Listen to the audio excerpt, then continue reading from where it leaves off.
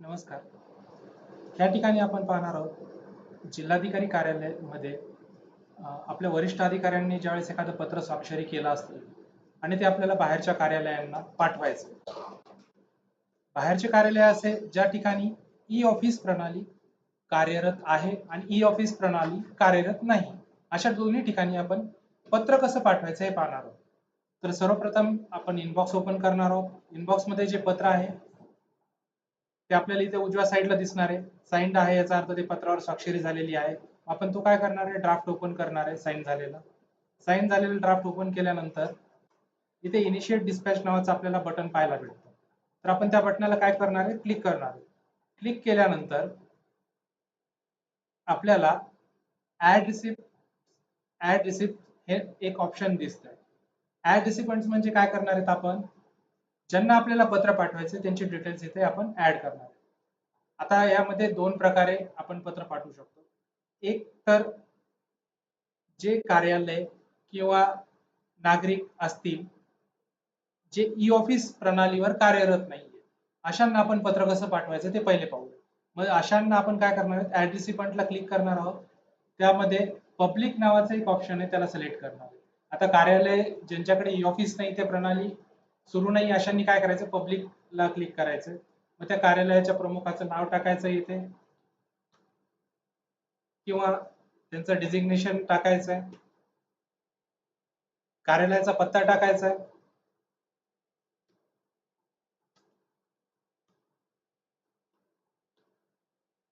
नंतर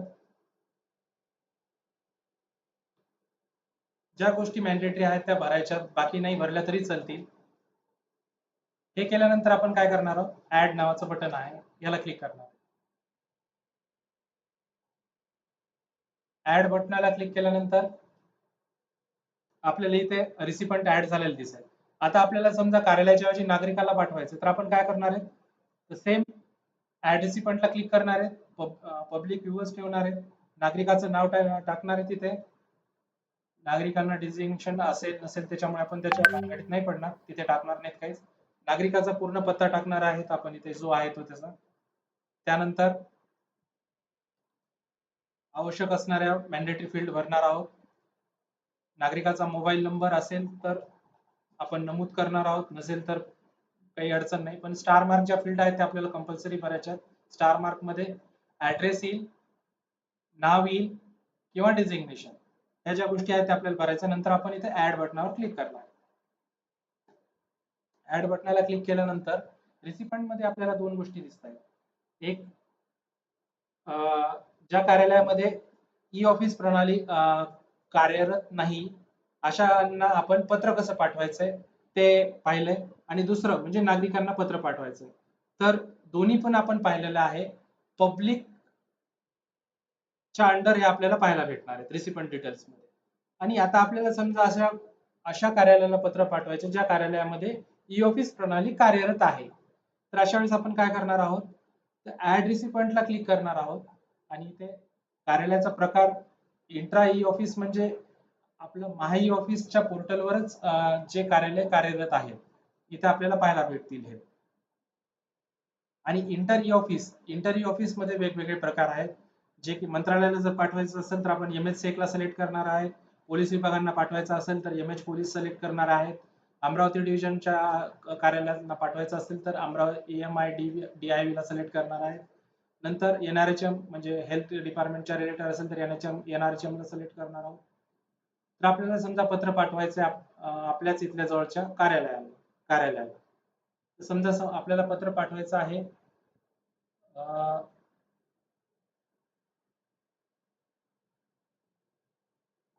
बीड म्युन्सिपलला पाठवायचं, तर बीड म्युन्सिपल आपण सिलेक्ट करणार आहे. त्याच्यामध्ये जेवढे काही कार्यरत अधिकारी कर्मचारी आहेत आपल्याला इथे पाहायला मिळतील, आणि ज्यांना पाठवायचे त्यांचं आपण डिझिग्नेशन नाव सिलेक्ट करणार आहोत आणि ऍड बटनावर क्लिक करणार आहोत. असं केल्यानंतर आपल्याला काय दिसेल, ई ऑफिस इंटरनल आणि पब्लिक अशा दोन्ही प्रकारचे युजर यामध्ये आपल्याला ज्यांना आपल्याला पत्र पाठवायचे ते ऍड झालेले दिसतील. आता हे केल्यानंतर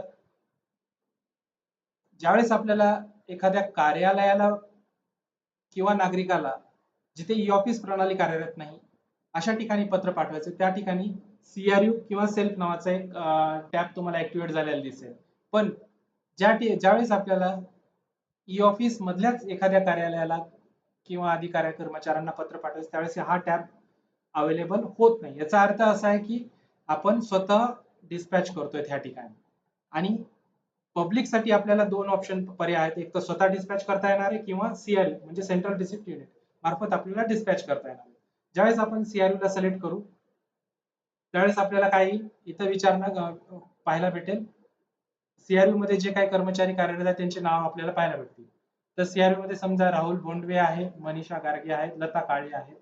त्या तिघांपैकी आपण कुणालाही पत्र आपण डिस्पॅच करण्यासाठी पाठवू शकणार.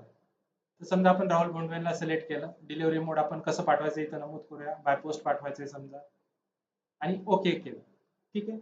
तर ह्या ठिकाणी आपण काय केलं, CRU थ्रू पाठवतो आणि खालच्या ठिकाणी आपण समजा आपण स्वतःच पाठवायचं, तर स्वतः पाठवण्यासाठी आपल्याला काय करावं लागेल, इथं याला पी ला सिलेक्ट करावं लागेल. पोस्टल मोड आपल्याला निवडावा लागेल, कोणता जो आहे तो स्पीड पोस्ट आहे काय आहे तो. त्याच्यानंतर डिलिव्हरी मोड कसा करणार आहेत आणि आउट डिले म्हणजे कधी आपल्याला पत्र पाठवायचं त्याचा दिनांक आपल्याला नमूद करायचा आहे. हे सगळं केल्यानंतर ओके करणार. सगळ्या गोष्टी फिल केल्या त्याच्यानंतर आपण काय करणार आहे, सेंड डिस्पॅच विथ फॉलोअप और विदाउट फॉलोअप या गोष्टीला क्लिक करणार. जेणेकरून काय होईल, हे पत्र नागरिकांना एक पत्र आपण हे काय करतोय, XYZ जे नावाचं आहे ते आपण स्वतः डिस्पॅच करतोय आणि दुसरं काय करतोय, आता महेश नावाचं जे आहे ते आपण CRU मार्फत करतोय. हे केल्यानंतर काय होईल, आपण काय करणार, सेंड डिस्पॅच विथ फॉलोअप किंवा विदाउट फॉलोअपला क्लिक करणार. हे केल्यानंतर तुमचं पत्र इश्यू नावाच्या जे से आहे त्याच्यामध्ये गेलेलं दिसेल तुम्हाला, इश्यू नावाच्या याच्यामध्ये पाहायला भेटेल. तर इश्यू मध्ये काय झालंय बघा तुम्ही, ज्यावेळेस आपण इश्यूला क्लिक करू आपल्याला इथं ते पत्र दिसेल, किती वाजता पाठवलंय काय सगळ्या गोष्टी आपल्याला इथे पाहायला भेटणार आहेत. याला क्लिक करू आपण. आता इथे आपण काय केलेलं आहे, इश्यू करताना एक स्वतः इश्यू केलेलं आहे, डिस्पॅच केलेलं आहे आणि दुसरं CRU मार्फत डिस्पॅच करतो. आता CRU मार्फत डिस्पॅच करतो म्हटल्यावर काय करावं लागणार आहे आपल्याला, हा डिस्पॅच क्रमांक जो आहे तो तुमच्या पत्रावर म्हणजे जे पत्र आपण CRU ला म्हणजे आउटवर्डला देणार आहोत त्या पत्रावर आपल्याला नमूद करावं लागणार आहे. त्या पत्राची आपल्याला प्रिंट आउट काढावं लागणार आहे आणि ती कॉपी आपण आपल्या आउटवर्ड सेक्शन मध्ये जे कर्मचारी कार्यरत त्यांच्याकडे देणार आहोत. मग आउटवर्डचा कर्मचारी काय करणार, हा तुमचा जो डिस्पॅच क्रमांक आहे तो त्यांचं लॉग इन करेल आणि तुम्ही ज्यावेळेस त्यांना ती हार्ड कॉपी देताल त्यावेळेस ते स्वतः रिसीव्ह करून घेतील. रिसीव्ह केल्यानंतर ते त्यांची पुढची जे डिस्पॅच करायची ती प्रोसेस पूर्ण करतील.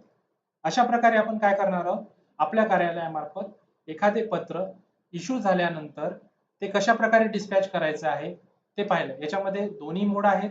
एक जो ई ऑफिसवर कार्यरत आहेत त्यांना आपण स्वतःच पत्र पाठवू शकतो आणि जे कार्यालय ई ऑफिसवर नाहीत किंवा नागरिकांना आपल्याला पाठवायचे ते आपण CRU मार्फत किंवा स्वतः डिस्पॅच करू शकतो. धन्यवाद.